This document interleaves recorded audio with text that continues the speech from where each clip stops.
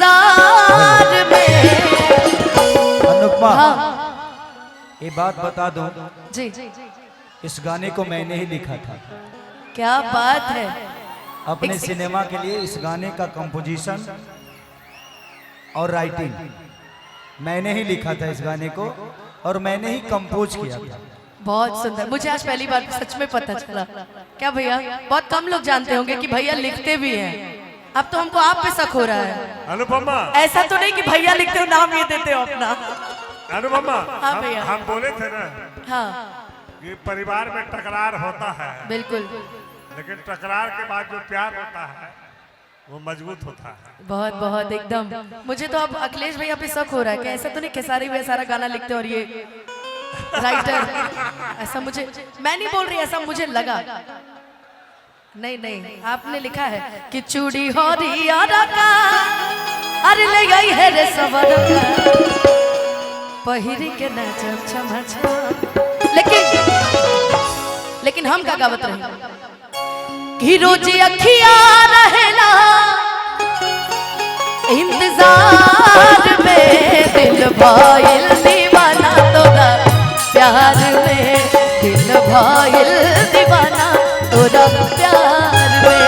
जब से नैना लड़ल बात आगे बढ़ल, जब से नैना लड़ल बात आगे बढ़ल, रोज अखिया रहेला इंतजार में, दिल भाई दीवाना तोरा प्यार में, दिल भाई दीवाना तोरा प्यार। और मैं आज तक जो भी गलतियां हुई मुझसे, संजय भैया को भी कह रही हूँ, खेसारी भैया को भी कह रही हूँ, मैं अपने अखिलेश भैया को भी कह रही हूँ, संजय भैया को भी, सभी को कह रही हूँ, सारे शिकवे दिले भुला के कहो, सारे शिकवे दिले भुला के कहो, जो भी कहना है मुस्कुरा के कहो, जो भी कहना है मुस्कुरा के कहो, और कि दिल न तोड़ो गे कसम खा के कहो, कि दिल न तोड़ो गे कसम खा के कहो, दिल न तोड़ो गे कसम खा के कहो।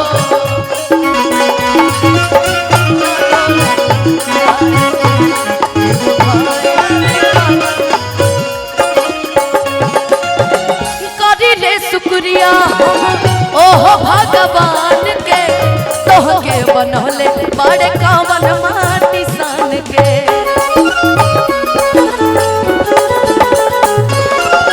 करिले शुक्रिया हम ओहो भगवान के, तोहके बनौले बड़े कावन माटी सान के।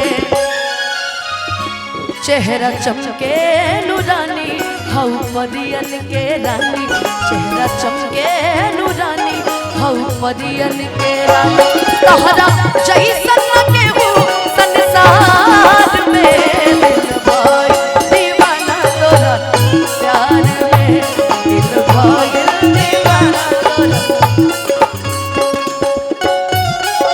प्यार में, दीवाना कर दिया बेदर्दी तेरे प्यार में, मुझे दीवाना कर दिया, मुझे दीवाना कर दिया कहीं भी। हेलो, कि बेदर्दी तेरे प्यार ने दीवाना कर दिया। जब वो हम कुछ अच्छा गावे की कोशिश करता नहीं तब वो मारपीट हो जाता, हम क्या करें भाई, होता है कभी कभी। सभी शांति से रहेंगे तो और मजा आएगा। आप लोग और इधर आ जाइए ना, उधर दिक्कत हो रही, इधर आ जाइए।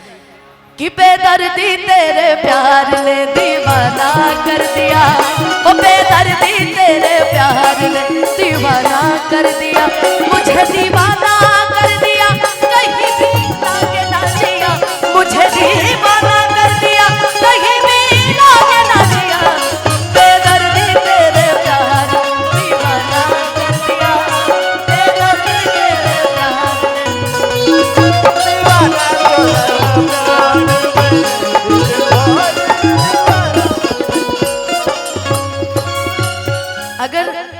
भैया ने इस गाने को लिखा है, तो भैया आपने क्या लिख दिया है कि तोहरा नियन रूप फेरू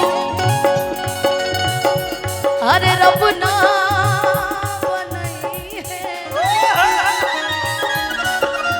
संजय भैया खातिर बा कि तोहरा नियन रूप फेरू अरे रब ना बनई है। बनावे जे चाहिए तो बनावे लागी पई है, बनावे जे चाहिए बनावे चाहिए। और कि चेहरा चमके नूरानी हौ परियन के रानी। लेकिन एक गाना याद है, हाँ एक गाना याद है, तुम जो ना आते तो अच्छा था, दिल ना लगाते तो अच्छा था, तुम जाते जाते जाना तो हमको दीवाना कर गए, तुम जाते जाते जाना ओ हमको दीवाना कर गए।